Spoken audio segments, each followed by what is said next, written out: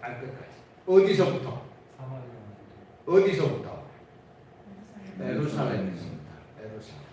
가장 가까운 사람, 가장 함께 있는 사람은 물론이고요.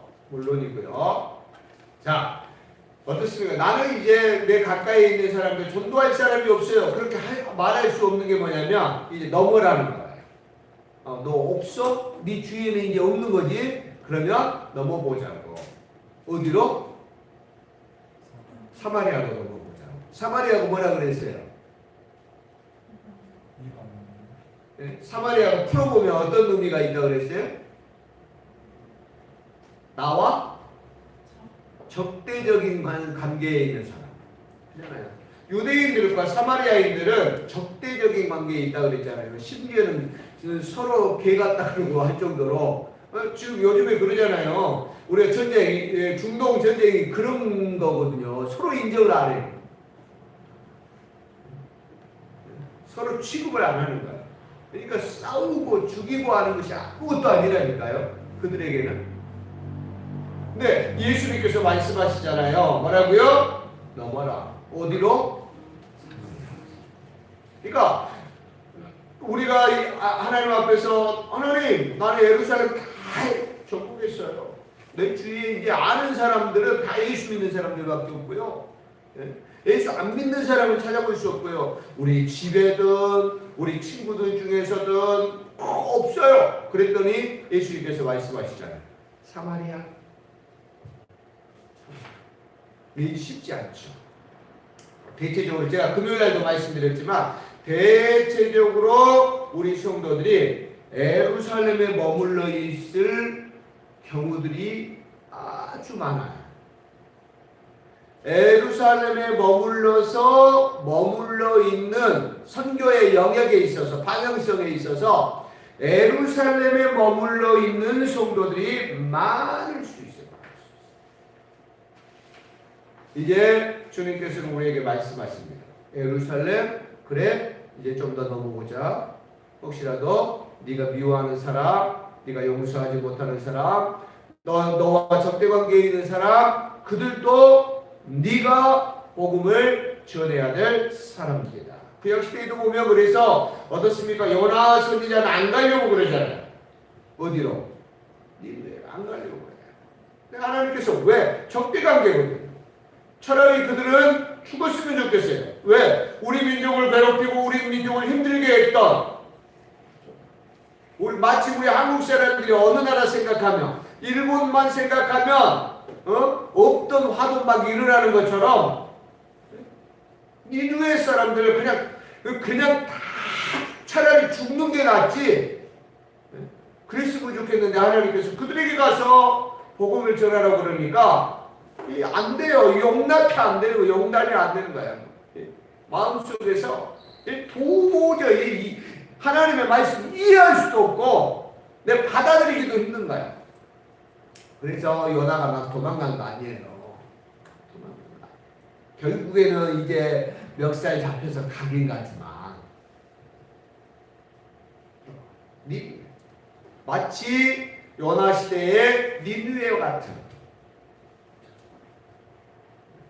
예수님 시대의 유대인들에게 사마리아와 같은 지금 이 시대에 내가 어쩌면 나와 어떻습니까? 적대 관계에 있는 혹은 어떻습니까? 나를 미워하는 내가 미워하는 용서할 수 없는 그런 사람들에게까지도 주의 복음은 전해져야 되고 전해야 된다라고 하는 것을 말씀하고 있어요. 그래서 사마리아를 말씀하시는 거예요.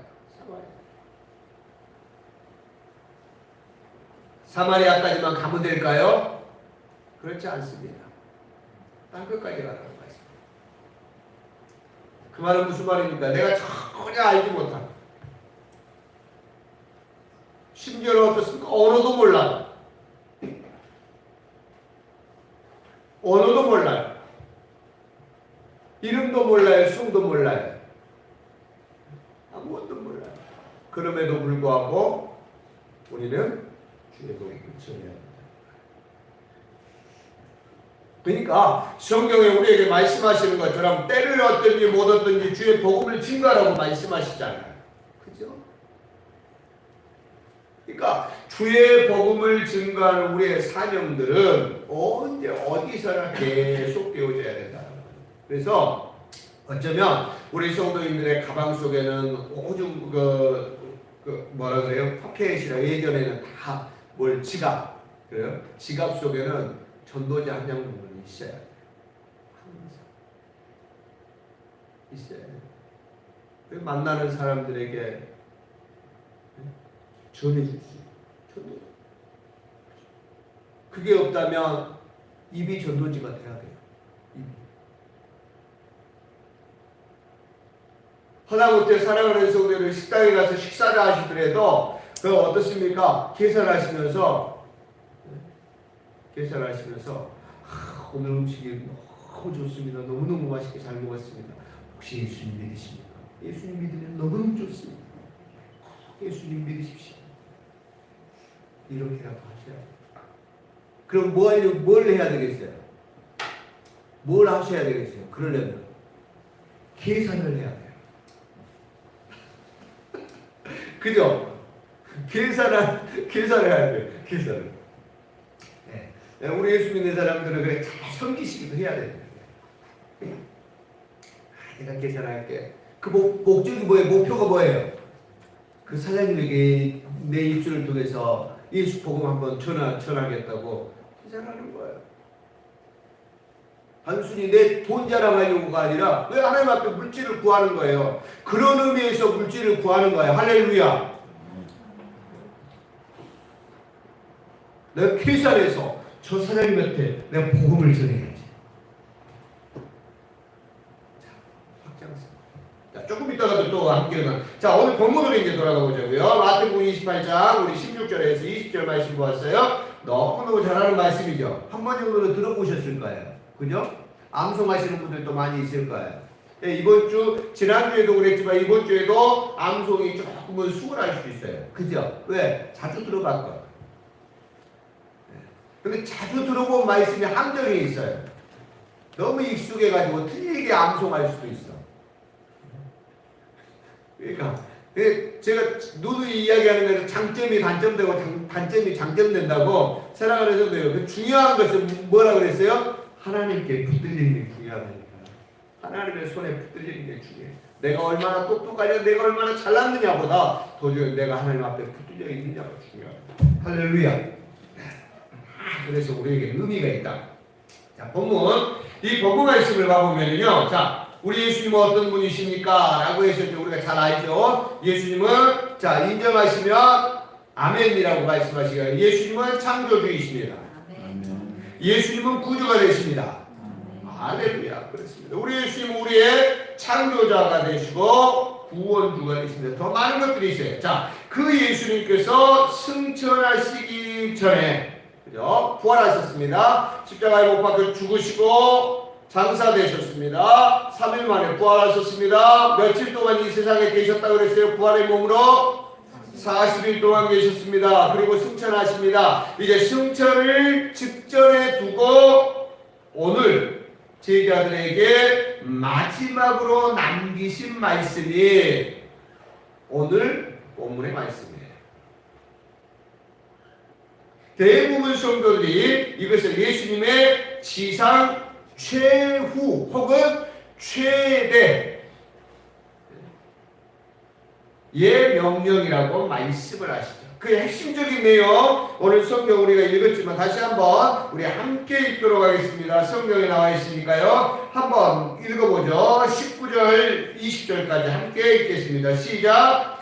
그러므로 너희는 가서 모든 민족을 제자로 삼아라. 그리고요 아버지와 아들과 성령의 이름으로 세례를 베풀라.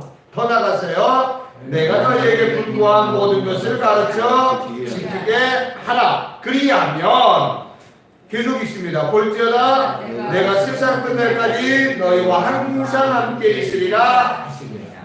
할렐루야. 이게 핵심적인 내용입니다. 마지막으로 남기셨다라고 하는 말 속에는 얼마나 그것이 중요한 말인가라고 하는 의미가 담겨져 있어요. 자연스럽게. 우리 우리가 이 살아가는 삶들 속에서도 이런 말 많이 사용하잖아요. 그죠? 죽은 사람 소원도 들어주는데.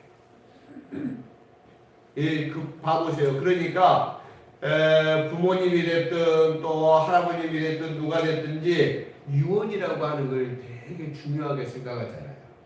왜 그렇습니까? 마지막 남겼다라고 하는 의미에서 그런 거예요.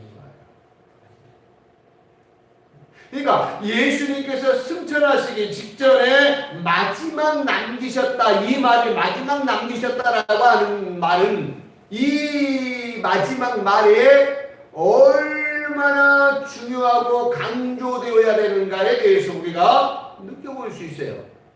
네? 거기에 자세하게 야 이거 너희들 꼭 기억해야 되고 이거 너무너무 중요한 거야 잊지 마라 그런 말들은 없어요. 그죠? 그럼에도 불구하고 예수님께서 마지막으로 남겨주신 말씀이다 라고 하는 오늘 성경에 보니까 20절에도 말씀해 보니까 내가 너희에게 마지막 분부하신 내용이에요. 마지막 분부. 그러니까 얼마나 중요하고 예수님만 따라가는 우리 예수 사랑교회 예수님만 따라가는 교회잖아요. 할렐루야. 그죠? 옛다. 예수님만 따라가는 성도들에게는 이 내용이 너무너무 중요하다는 거예요. 너무. 그 내용들을 우리가 조금 풀어서 이해해보면 뭐냐면 복음을 전하는 일, 말씀을 가르치는 사역, 이 사역들이 얼마나 중요하게 생각해야 하는 거예요. 예수님께서 이 사역을 얼마나 중요하게 생각하셨는가도 우리가 알 수 있고요. 또 예수님을 따라가는 우리도 이 사역을 얼마나 중요하게 생각해야 되는가도 우리가 성경을 통해서 알 수 있어요. 그래서 그런 의미에서 보면 예수님을 따르는 사람들, 우리 뭐 교회라고도 말하고요, 또 개개인적으로는 성도라고도 말합니다. 뭐 혹은 그리스도인이라고 다 어떻게 말하든지 똑같은 말이에요. 자, 예수님을 따라가는 사람들은 이 일이 얼마나 중요하게 생각해야 되는지 그리고 아무리 힘들고 어렵다 할지라도 그 명령을 따라 순종해야 함을 우리가 오늘 말씀을 읽으면서 깨달을 수가 있습니다. 자, 계속되어집니다. 자, 우리가 16절부터 보았습니다. 16절부터 보니까요. 그 전에 이미 11절부터 보면은 11절 여자들이 갈 때 경비 중 몇시 성에 들어가 모든 된 일을 대제사장들의 아이니 자 여자들 나오죠. 자 오늘 본문의 내용이 어떤 제가 항상 말씀드리잖아요. 성경을 읽으실 때 그 본문의 배경을 조금 이해하셔야 된다고. 그죠? 그 본문이 어떤 상황에서 주어지고 있는가 하는 것들도 잘 이해하셔야 되고요. 잘 받으셔야 돼요. 그렇지 않으면 완전히 엉뚱한 방향으로 해석하실 수 있다고. 제가 어떻습니까? 욥의 친구들 욥기서 읽을 때에도 제가 말씀드렸잖아요. 욥의 친구들이 한 말이 그 말 자체로만 생각해 보면 너무너무 좋은 말인데 전체적인 내용을 이해해 보면 그 욥을 위로하고 욥에게 힘을 주기 위해서 하는 말이 아니라 그런 의미가 아니다라고 말씀드렸잖아요. 그러니까 하나님의 말씀을 읽으실 때 항상 그 전체적인 내용들의 흐름을 어느 정도 이해를 하셔야 된다. 그리고 파악하셔야 된다. 자, 오늘 본문의 내용 봐보시죠. 자, 천사들에게 명령을 받았습니다. 그리고 예수님으로부터 명령을 확증받았던 여인들이 나와요. 그죠? 예수님의 무덤을 찾았고 예수님의 부활을 가장 먼저 보았던 여인들, 마리아를 유시한 그 여인들, 그죠? 그 여인들을 통하여서 천사들에게 어떻습니까? 말합니다. 그렇게 해서 자 이렇게 11제자가 이런 이 여인들을 통해서 이 제자들에게 전달되어진 내용이에요. 전달. 어디 무슨 내용인가요? 그것이 16절에 보니까 내가 너에게 지시한 산으로 가라 라고 하는 거예요. 내가 너에게 지시한 산으로 가라. 그러니까 이 제자들이 그렇게 여인들을 통해서 들었던 여인들이 천사들을 통해서 예수님을 통해서 들었던 그곳으로 가라고 했던 그 말을 듣고 그 말이에요. 제자들이 어떻습니까? 그 산에 갔다는 거예요. 그 산에 가서 누구를 보았다고요? 부활하신 예수님을 만났다. 자, 그리고 예수님을 배웠고 이들이 한 것이 무엇인가요? 경배했다는 거예요.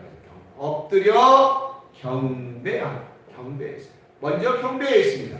자, 이 말의 의미는 어떤 의미냐면 사랑하는 성도 여러분, 여기서 경배했다라고 하는 것은 단순히 지금까지 예수님은 이 제자들에게 누구였어요? 스승이었죠. 랍비였단 말이에요. 랍비. 스승이었죠. 근데 어떻습니까? 부활하신 주님을 만나고 여기서 경배했다라고 하는 것은 단순히 스승을 향한 높임, 스승을 향한 어떻습니까? 인사 정도가 아니라 여기에서 경배했다라고 하는 것은 이제 예수님을 누구로? 참 하나님으로, 참 메시아로 그들이 믿고 인정하고 경배했다. 이해되시죠? 자, 근데 그들 중에는 또 여전히 아직까지도 어떤 사람들도 있었다고요? 의심하는 사람들이 있었다라고 합니다. 자, 잘 이해하셔야 돼요. 그러면 한 가지만 물어보죠. 자, 이 말, 자, 예수님의 제자들 중에, 예수님의 제자들 중에 어떻습니까? 예수님의 부활을 믿지 않는 사람들이 있었다. 지금 이 순간도 그 말일까요? 어떻습니까? 있었다. 지금 예수님께서 승천하기 직전이라고 했어요. 제가 분명히. 예수님께서 이미 승천하시기 직전에 어떻습니까? 40일 동안 그 전에 어떻습니까? 예수님께서 제자들에게 나타나시고 보여주시고 증거하셨어요. 의심하는 사람들도 있었다. 어떻습니까? 헷갈리시죠?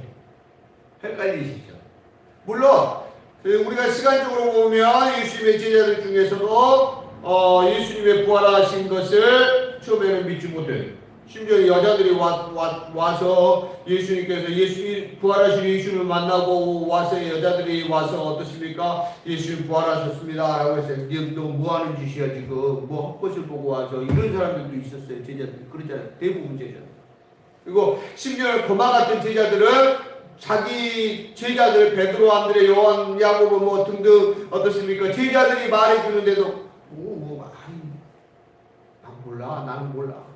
뭐 그런 일이 어떻게 있을 수 있어요? 하면서 시간적으로 보면 어떤 제자는 좀 더 빨리 그럴 수 있어요. 근데 사랑하는 성도 여기에서 우리가 의심했다라고 하는 말은 단순히 예수님의 부활 자체를 의심했다라고 하는 말보다는 어떻습니까? 예수님의 살아생전의 모습과 비교했을 때 예수님 맞아? 예수님 맞아? 그 사람 맞아? 할 때 있잖아요. 그죠? 예를 들면 어떤 사람이 저 강남을 갔다 왔네. 이름을 말하는데 이름은 똑같아. 예수님이 달라졌다라고 하는 말이 아니라 정말로 그분이 맞아? 그럴 수가 있어? 이런 거예요. 이해되시죠? 의심했다라고 하는 말은 사랑하는 성도 여러분, 그 정도로 우리가 그런 상황이다라고 하는 것을 이해하시라 그 말이에요. 본문에서 중요한 건 사랑하는 성도 여기서 이제 본문으로 다시 가보는데요. 여기까지의 내용에서 가장 중요한 내용이 무엇일까라고 했을 때 사랑하는 예수께서 가라고 하신 산이 어디인가? 예수님께서 어떻게 나타나셨는가? 그런 것이 아니라는 거예요. 그것이 중요했다 그러면 예수님께서 어느 산으로 가라라고 하는 것 그 자체가 중요하다 그러면 성경을 통해서 어떻게 말씀하셨겠어요? 너희는 예를 들면 시내산으로 가라 그렇게 하셨겠죠. 예를 들면 너희는 갈멜산으로 가라. 너희는 무등산으로 가라. 너희는 북한산으로 가라. 그렇게 가르쳐 주셨을 거예요. 그게 그렇게 중요한 내용이라뇨. 맞습니까? 그죠? 근데 예수님께서 가르쳐 주셔요. 그냥 내가 너에게 지시한 산으로 가. 자, 그리고 예수님께서 나타나신 것이 그 자체가 중요했다 그러면, 자, 이 저자 마태를 통하여서 자, 예수님의 그때 당시에 나타나신 모습을 어떻게 자세하게 설명해 주셨어요. 예수님께서 야, 몇 시에 어디에서 나타나셨는데 그 광채를 보니까 그 자체가 중요하면 그렇게 말씀하셨어요. 근데 봐보세요. 그런 것들 없어요. 그건 무슨 말이냐면 그만큼 그 내용들은 그닥 중요하지 않다는 거예요. 더 중요한 내용이 있다. 지금 이 본문을 통해서 우리에게 가르쳐 주려고 하는 것은 그 산이 어디이냐, 예수님께서 그때 나타나실 때 어떤 모습으로 나타나느냐, 그것이 아니고 그 모습과 그 산이 아니라 그 뒤에 이어져 나오는 말씀이에요.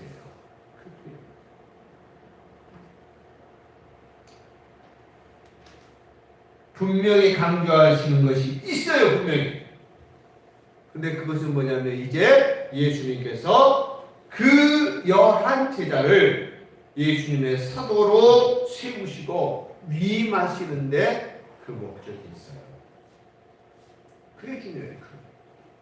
핵심을 보셔야 돼요. 근데 우리가 성경을 해석할 때 자꾸 함정에 빠지는 이유가 뭐냐면, 사랑하는 성도들, 뭐예요? 지금 예수님께서 그렇게 중요하게 생각 안 해요. 예수님께서 그래서 중요하지 않아서 말도 안 해줬어요. 근데 그 산이 어디야? 그러면은 막 상상의 나래를 펴면서, 예수님께서 지금 강조하고 예수님께서 말씀하려고 하는 것은 너희는 가서 제자가 되고 세례를 베풀고 내가 너희에게 분부한 모든 것을 가르쳐 지키게 하라. 그걸 지금 예수님께서 강조해서 말씀하시는데 어디 무등산이야? 북한산이야? 갈릴리산이야? 호렙산이야? 시내산이야? 벼라산이야? 어디야? 히말라야야? 자꾸 헛다리만 헛다리. 예수님께서 정말로 하시고자 하시는 핵심의 말씀이 무엇인가? 예수님께서 어떻게 나타나셨는가? 부활하신 예수님은 이미 여러 차례 제자들에게 나타나셨고, 그 부활하신 예수님을 적어도 몇 명 이상은 봤다고 그랬어요? 500여 명은 봤다니까요. 그죠? 근데 부활하신 예수님이 이제 더 확실해요. 근데 그 부활하신 예수님께서 어떤 모습으로 나타났는가, 그런 것들은 지금 중요하지 않아요. 중요하지 않다고요. 여기에서 중요한 건 예수님께서 제자들에게 사도의 직을 위임하면서 이제 너희가 사도로서 무엇을 해야 되는가, 그 핵심적인 내용이 지금 본문에서는 가장 중요하다고요. 거기에 집중하셔서 오늘 마태복음 28장 16절로 20절 말씀을 보셔야 돼요. 안 그러면 우리가 맨날 산만 찾다가 그래가지고 헛다리 잡아가지고 거기가 무등산이라 그래가지고 무등산으로 모여라. 무등산으로 안 오는 사람들은 다 구원 못 받는다. 그런 소리 하는 거예요. 예를 들면 이해되시죠?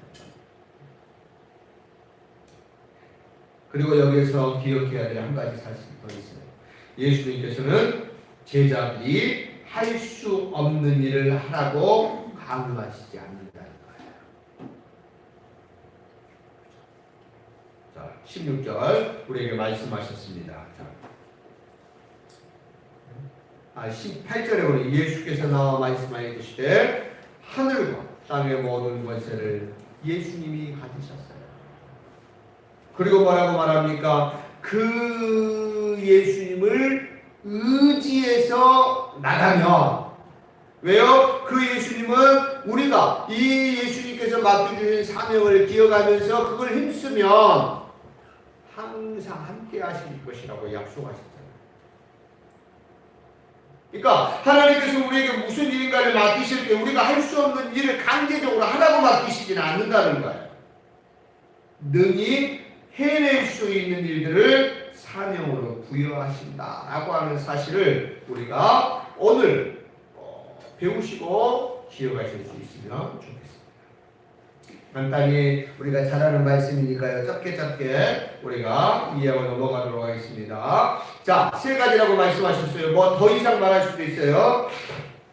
여기서 저 뭐라고 말합니까? 자, 19절 첫 번째 부분에 뭐라고 말씀하시죠? 뭐 해야 된다? 너희는 가야 된다. 너희는 가. 어디로? 모든 민족. 자, 지난주에 우리가 이미 예루살렘, 사마리아와 온 유다 땅끝까지 다 말씀드렸으니까 거기서 충분히 말씀드렸으니까요. 자, 너희는 가서 라고 하는 이 말을 직역하면 무슨 말이냐면 너희는 간 후에, 그러니까 이 일은 어떻게 할 수 있다는 거예요? 가야 할 수 있다는 거예요. 일단은 가야 돼. 아무리 생각만 가지고 있다고 해도 안 된다는 거예요. 너희는 간 후에 혹은 가라 그리고 나서 그 말이에요. 무슨 의미인가 하면 가지 않으면 예수님께서 맡기신 사역을 감당할 수 없다라고 하는 의미예요. 가지 않으면 안 되는 일이에요. 이거. 가야 되는 일 가요. 주의 복음을 전하는 일에 있어서 첫 번째 일보라고 하죠. 일보. 천리길도 한 걸음. 일보를 걷지 않으면 뭐 갈 수가 없다니까요. 2보부터 시작될 수가 없어요. 일보를 걷지 않으면. 근데 그 일보가 뭐냐라고 했을 때 가는 거예요. 가는 거. 얼마나 그런데 우리는 가기 전에 생각하는 게 뭐예요? 먼저 생각하는 게 뭐예요? 얼마나 잘 전할. 물론 기도해야죠. 그런데 어떻습니까? 먼저 가는 것은 안 하고 어떻습니까?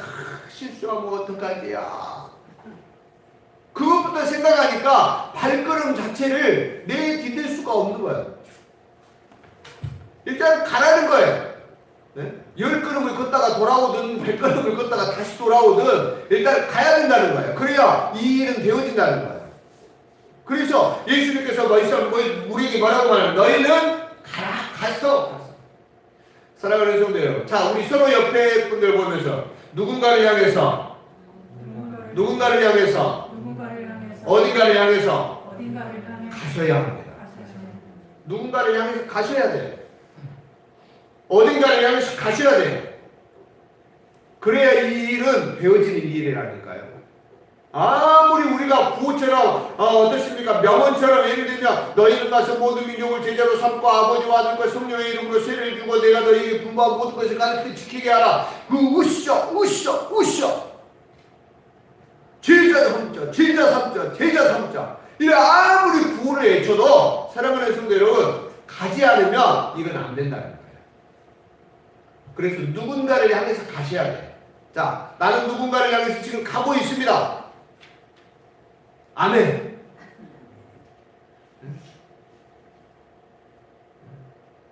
누군가를 향해서 가고 계십니까? 가셔야 돼요. 그래서 제가 누누이 말씀드리잖아요. 최소한 못 가겠으면 뭐부터라도 해라? 기도하세요. 기도부터 가세요. 두렵고 떨리는 마음이 있고 그러면 사랑하는 성도들 기도로 가세요. 하나님, 내가 그 사람한테 가야 될 텐데 도저히 발이 떨어지지를 않습니다. 창피하기도 하고 두렵기도 하고 무섭기도 하고 혹시라도 내가 가서 말을 하려고 했는데 말이 꼬여가지고 한마디도 못하면 어떨까요? 걱정스럽기도 하고 도저히 갈 수가 없어서 발을 뛸 수가 없습니다. 하나님 어떻게 해야 합니까? 내가 그를 향해서 가게 주시옵소서. 아니면 성경에도 그러잖아요. 바울 사도가 가고 싶은 데로만 갔나요?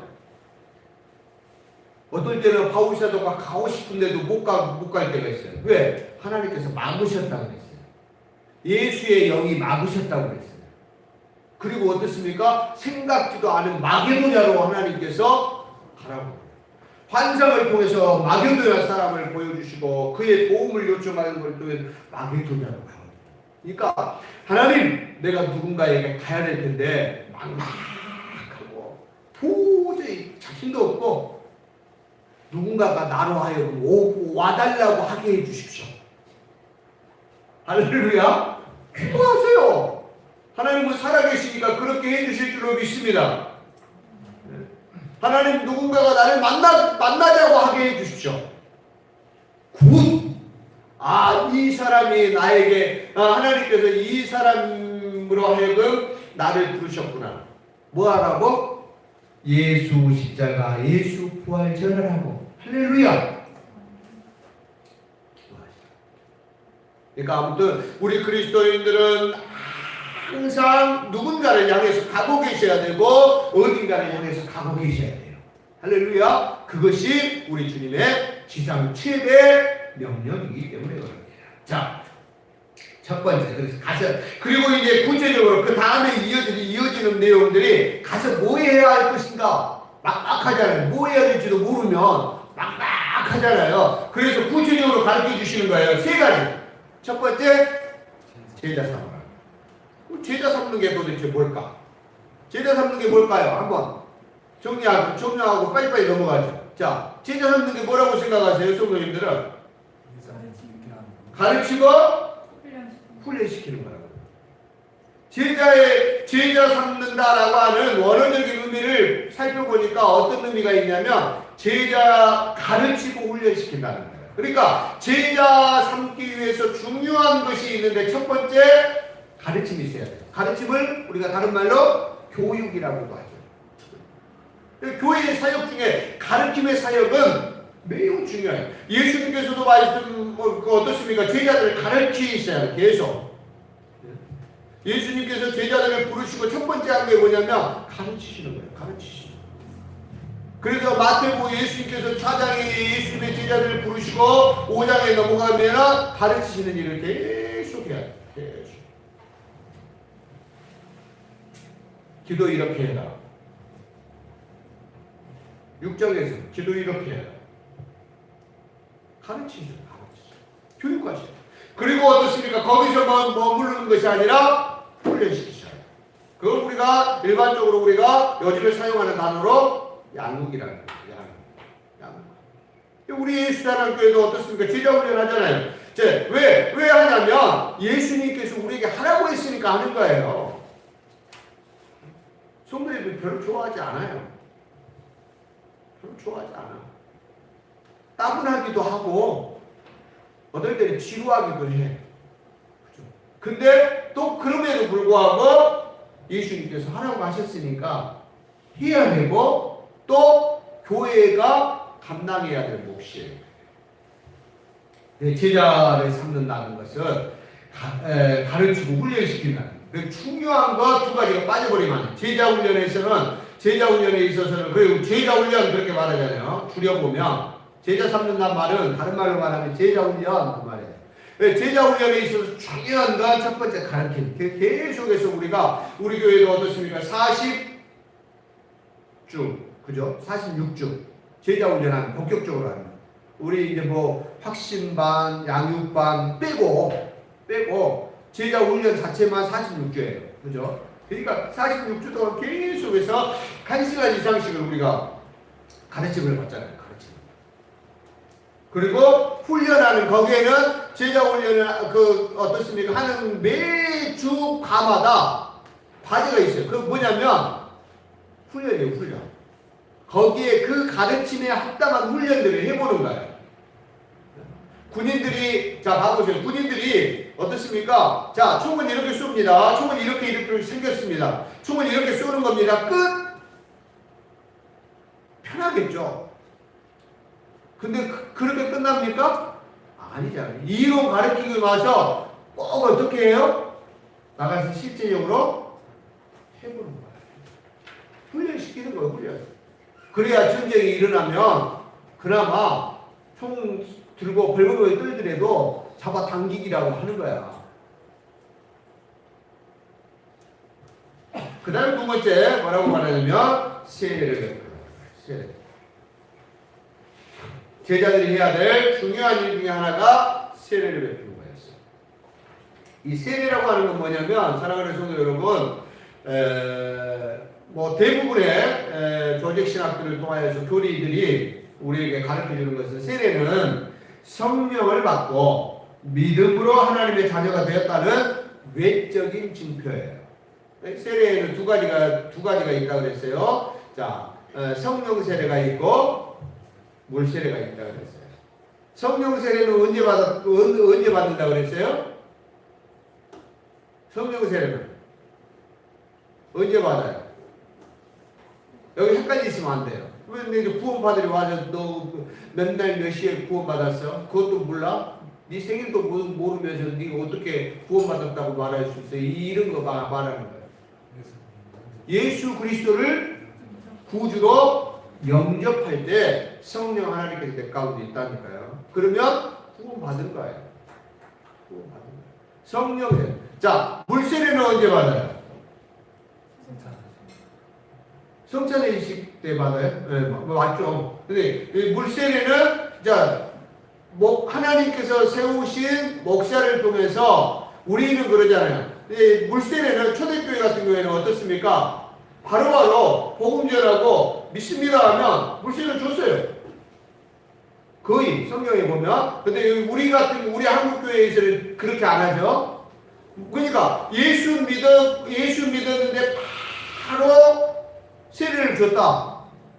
꼭 틀렸다라고는 말할 수 없어요. 우리 교회가 이제 그렇게 하는 거 6개월 예수 믿은 지 6개월 이상 된 사람이 나는 예수 그리스도를 구주로 영접하고 나는 하나님을 모시고 살아가기를 결심합니다. 그래서 6개월 이상 된 사람이 이제 나도 학습 교인이 되고 싶습니다. 라고 하면 그렇게 하고 학습받고 학습교인이 6개월 이상 있어서 세례받고 그 과정들을 두었어요. 근데 그 과정들을 둔 이유는 뭐냐면 이 세례라고 하는 것이 너무너무 중요하고 귀한 것이기 때문에 이제 예수 믿는 맞죠? 그랬더니 어떻습니까? 이걸 너무 잘못해. 남용되어지고 그러다 보니까 이 귀한 일이 귀한 것인지 모르고 그냥 너무 흔하면 귀한 것으로 여기지 않고 귀한 것인지 모르는 것처럼 그런 거예요. 그래서 그러지 않게 하기 위해서 그 기간들을 정한 거예요. 그러니까 세례에 대해서 성령 세례. 자, 그러면 사랑하는 성도 여러분 한 번 더 물어보죠. 자, 천국에 가려면 두 가지 세례 중에 어떤 세례를 꼭 받아야 될까요? 성령 세례 받아야 돼요. 할렐루야. 곧 그 말은 예수 그리스도를 구주로 영접해야 된다 그 말이에요. 천국 가는데 물세례를 못 받는 사람들이 있을까요, 없을까요? 못 받는 사람들도 있을 수 있어요. 그럼 물세례는 아무것도 아니네요, 목사님? 아니에요. 물세례도 중요하죠. 뭐라고 말씀해요? 외적인 증표라니까요. 외적인. 그리고 어떻습니까? 교회 공동체 앞에 그 사실을 공개적으로 알리는 거예요. 알리는 거예요. 내가 예수 그리스도를 구주로 영접하였습니다 라고 하는 것을 물세례를 통하여서 공식적으로 성도들 앞에서 나 예수 그리스도를 인격적으로 고백하고 예수 그리스도를 인격적으로 인정합니다. 그래서 세례 받기 전에 우리가 꼭 어떻습니까? 네? 하는 게 뭐예요? 예수님을 정말로 예수 그리스도를 구주로 영접하십니까? 하는 것을 꼭 확인하는 거예요. 확인하는 거예요. 물세례. 그 예수 그리스도를 구주로 영접합니다. 예수 그리스도를 구주로 믿습니다. 라고 하는데 아직 그렇게 그러면 물세례 안 베풀어요. 대부분의 목사님들. 그렇죠? 그러니까 교회 안에서 내가 예수 그리스도를 구주로 영접했습니다. 라고 하는 것을 알리는 의미가 세례, 물세례. 그리고 공동체에 소속해 되는 입교의식. 그래서 입교인이라고 말합니다. 그래서 세례교인 이상 공동회에 참여하고 그렇게 해서 내 의사를 하나님의 영광을 위해서 일해 가는데 내 의사를 펼칠 수 있고 또 일할 수 있는 그러한 자격들을 얻게 되어지는 거죠. 공식적인 자격. 자, 그 다음에 이제 세 번째 중요한 일 한 가지가 더 있네요. 뭐 해라? 가르쳐 지키게 하라. 뭐 앞에서 다 나온 내용이라고. 이 지킨다라고 하는 말은 무슨 말이냐면 감시한다, 파수한다, 혹은 보존한다 라고 하는 말의 의미를 가지고 있습니다. 그러니까 무슨 말이냐면 우리에게 주신 진리의 복음, 곧 그게 뭐예요? 오직 예수 그리스도로 말미암아 구원을 얻습니다 라고 하는 그 복음을 우리에게 주셨고 우리가 그것을 믿음으로 받았잖아요. 그죠? 믿음으로 받았어요. 그러니까 성경에 보면 마태복음에 보면 씨 뿌리는 비유 나왔잖아요. 씨 뿌리는 비유. 씨를 뿌려놨어요. 농부가 씨를 뿌려놨는데 어떻습니까? 그걸 지키지 못하면, 그걸 간직하지 못하면 어떻게 된다고요? 그걸 뿌려줬을 때 좋은 밭은 어떻습니까? 그걸 잘 간직하고 그 잘 담아놓는단 말이에요. 그래서 때가 되면 싹이 나게 하고 한단 말이에요. 근데 어떻습니까? 돌밭이라든가 자갈밭이라는 그런 데는 그걸 잘 담아두지를 못해요. 그러니까 홀짝 새가 와서 악한 자가 와서 홀라당 하는 거예요. 마음을 빼앗아. 마음을 빼앗아. 그것처럼 사랑하는 성도가 하나님의 말씀을 듣고 지키지 않으면 사랑하는 성도 여러분 이런 일들이 일어난다고요. 그걸 간직하지 못하면 주의 복음을 우리가 간직하지 이걸 귀하게 여기고 간직하셔야 된다고요. 아무것도 아닌 것처럼 생각하고 그렇게 하시면 안 돼. 예수 그리스도로 말미암아 구원을 얻는다라고 하는 것을 이 세상의 그 어떠한 진리보다도 가장 귀하고 고상한 진리 지혜로 여기셔야 돼요. 할렐루야.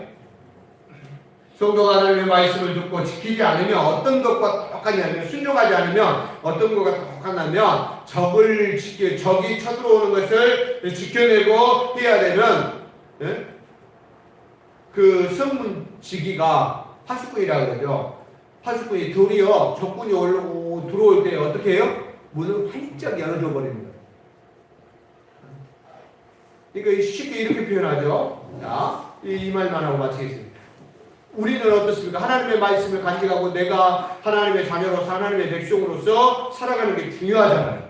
근데 어떤 거하고 똑같아요? 마귀한테 활짝 열어주고 마귀야 들어와 나하고 놀자. 나 심심해. 나 너하고도 울고 싶어. 활짝 열어주는 거하고 똑같다. 이해가 되시죠?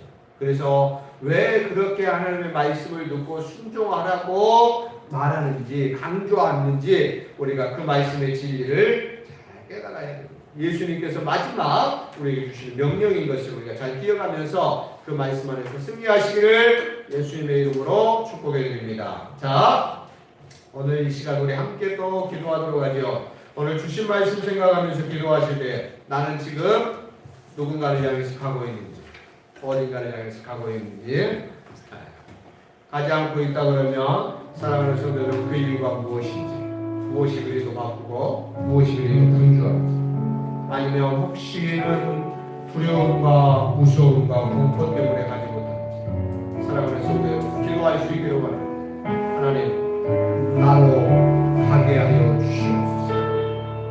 내 힘과 내 의지로 가는 것이 아니라 하나님 의지하여 가기를 원합니다. 내 입술에 파수꾼을 세워주시고 하나님의 성령이 나로 말하게 하시고 하나님의 성령이 나를 이끌어 주시옵소서. 우리 함께 수고하면서 기도하기를 원합니다. 좋으신 하나님 사랑의 하나님 감사합니다. 하나님 우리를 사랑하시고 함께 하시고 오래된 모습이 감사합니다. 하나님의 성령이 우리 가운데 역사하시기를 감사합니다. 오늘 이 시간 우리의 말씀을 주시니 감사합니다. 이제 아버지 우리가 가야 할 때인 것을 인정합니다. 그러므로 너희는 가라. 아버지 하나님 우리가 가기를 원합니다. 사랑하는 가족들에게 사랑하는 형제들에게 사랑하는 자매들에게 사랑하는 친구에게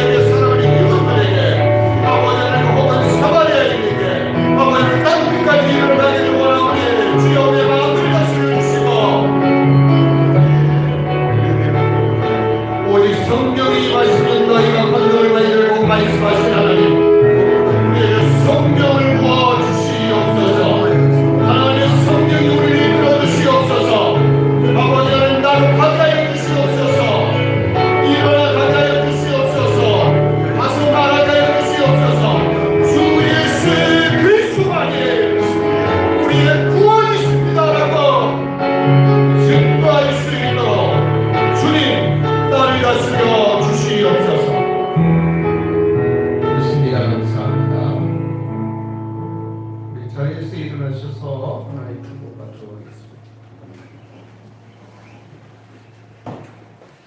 이제는 창조주가 되시고 구원주가 되신 우리 구주 예수 그리스도의 이름과 하나님 우리 아버지의 크고 놀라우신 사랑하심과 성령 하나님 교통감화 충만히로 역사하시니 오늘 주신 말씀을 마음에 간직하고 악한 사탄 마귀에게 빼앗기지 않고 이 말씀을 지켜 순종함으로 예수님의 제자의 삶을 살기를 열심하고 다짐하는 주의 권속들 머리머리 위에 가정 위에 생활 위에 직장 위에 특별히 사랑하는 자녀들 위해 그들 만남 위에 그들 미래 위에 우리 예수 사랑 교회 위에 이제부터 영원토록 함께 있을지어다. 아멘.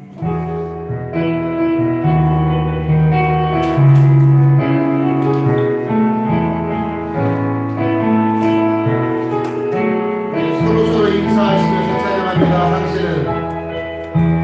당신은 하나님의 언약 안에 있는 축복에 서로 보시면서 웃어주시기도 좀 하시고 그러십시오. 당신을 통하여서 열방이 주께 돌아오게 하네.